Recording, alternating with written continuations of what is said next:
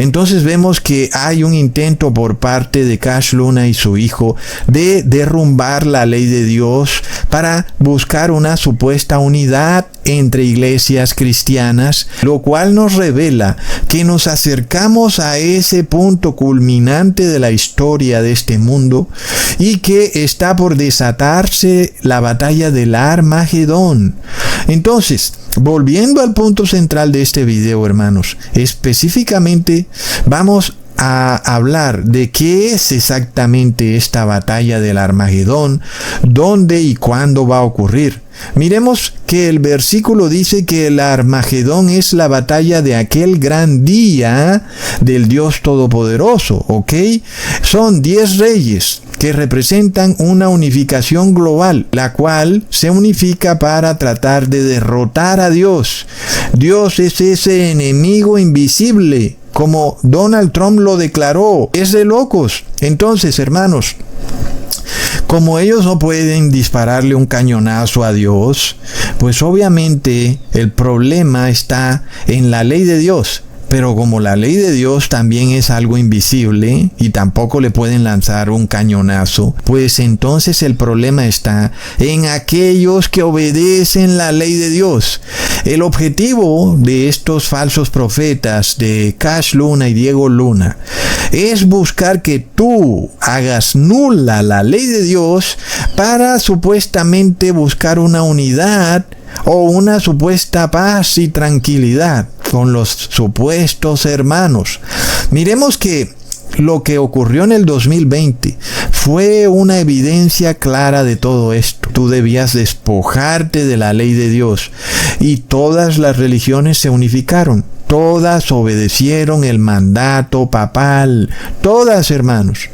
Entonces, el falso profeta trata de alejar la atención de esta unificación de religiones y reyes de la tierra hacia una supuesta guerra que va a ocurrir en ese lugar llamado Armagedón.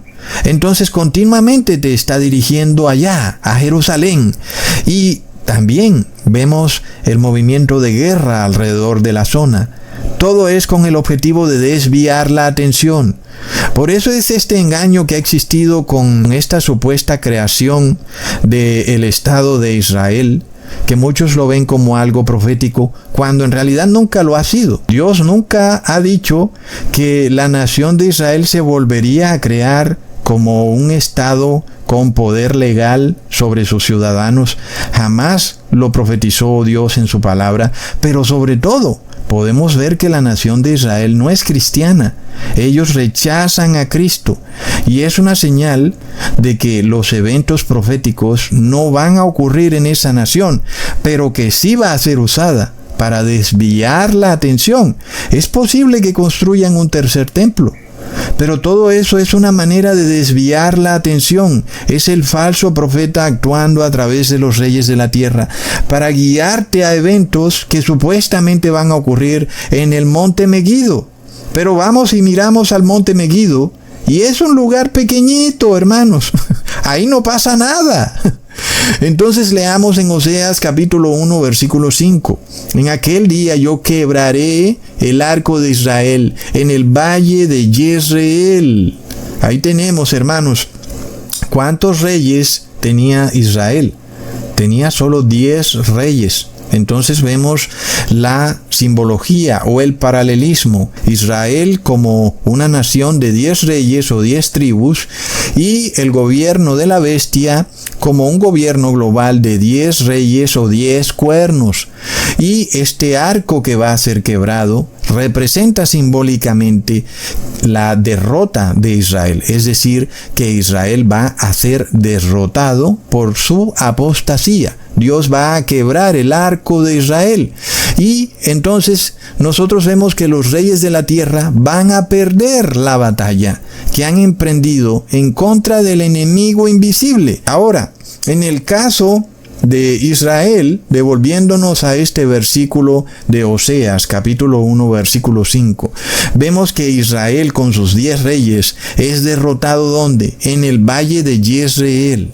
¿Y dónde queda el monte Meguido, hermanos? Queda ahí, en el valle de Jezreel. ahí es donde es derrotado Israel. Y como ya les dije, ni en el monte Meguido ni en el valle de Jezreel podrán ser derrotados los reyes de la tierra, porque es un lugar pequeño. Pero lo que ocurrió ahí, cómo fue derrotado Israel, es lo que nos revela cómo serán derrotados los 10 reyes de la tierra en los tiempos finales. Así como fueron derrotadas las 10 tribus de Israel, así serán derrotados los 10 reyes en los últimos tiempos. En el valle de Jezreel, no quiere decir que ocurrirá exactamente en ese valle. Muchos andan por ahí en Israel mostrando esto y lo otro, pues todo es un tremendo engaño del falso profeta, y no es casualidad de que todos estos pastores evangélicos andan con agencias de viaje llevando a las personas a Israel para engañarlos, a decirles que ahí va a ocurrir algo, cuando realmente ahí no va a ocurrir ninguna terrible batalla entre los reyes de la tierra. Miremos entonces qué fue lo que pasó en el valle de Jezreel. Hay 2 eventos muy claros que se van a repetir en el fin de los tiempos. El primer evento que ocurrió en el valle de Jezreel es cuando este rey, que se llamaba Acab, que era el rey de Israel, se casa con una mujer pagana de Fenicia llamada Jezabel. Esta era una mujer idólatra que empezó a cambiar la verdad de Dios, empezó a derribar toda la ley de Dios, y esa apostasía de esa mujer llevó a que el rey Acab también se volviera supremamente apóstata, al punto de que permite que mueran personas inocentes, inclusive un hombre al cual le es robada su hacienda y luego es asesinado. Plop. Leamos en Primera de Reyes capítulo 21 versículo 1 al 2. Pasadas estas cosas, aconteció que Nabot de Jezreel tenía allí una viña junto al palacio de Acab, rey de Samaria, y Acab habló a Nabot diciendo: dame tu viña para un huerto de legumbres, porque está cercana a mi casa, y yo te daré por ella otra viña mejor que esta, o si mejor te pareciere, te pagaré su valor en dinero. Plop. Hermanos, yo no sé si reírme o llorar, porque esto se repite al pie de la letra en los tiempos finales. Los dueños de tierra alrededor de las ciudades van a ver cómo sus tierras les van a ser quitadas. Por eso es que en parte hay un mensaje que es muy cierto, que aquellos que quieran comprar terrenos no deben estar muy cerca de las ciudades. Lo vemos, hermanos. Entonces, esta reina de Israel que se llamaba Jezabel, hoy en día nos representa a la Iglesia Católica. Y el rey Acab nos representa a esos 10 reyes de la bestia, los 10 cuernos. En este caso, hermanos, no es un misterio para nadie que la Iglesia Católica desea apoderarse de toda la tierra. Es decir, tú ves las excusas que ella usa, que está protegiendo el medio ambiente, que está protegiendo la biodiversidad, que está protegiendo el Amazonas. Plop. Entonces viene el decreto del rey, que tal tierra es declarada santuario, que es declarada patrimonio de la humanidad, patrimonio de la biodiversidad, y entonces empiezan a quitarle tierras a las personas, que porque tú estás en un lugar de biodiversidad, que porque por ahí pasaba un humedal, etcétera, etcétera, etcétera. Hermanos, quieren apoderarse de toda la tierra. Sin embargo, miremos lo que le contesta el siervo de Dios llamado Nabot, que vivía en el valle de Jezreel, a este rey Acab. Leamos en Primera de Reyes capítulo 21 versículo 3. Y Nabot respondió a Acab: guárdeme Jehová de que yo te dé a ti la heredad de mis padres. Miremos que la ley de Dios nos dice que no debemos vender la heredad de los padres. Entonces este pasaje nos revela que Nabot era un hombre obediente a la ley de Dios. Él por eso dice: mira, no te puedo vender la heredad de mis padres, aun y si me des dinero no puedo, porque está obedeciendo la ley de Dios.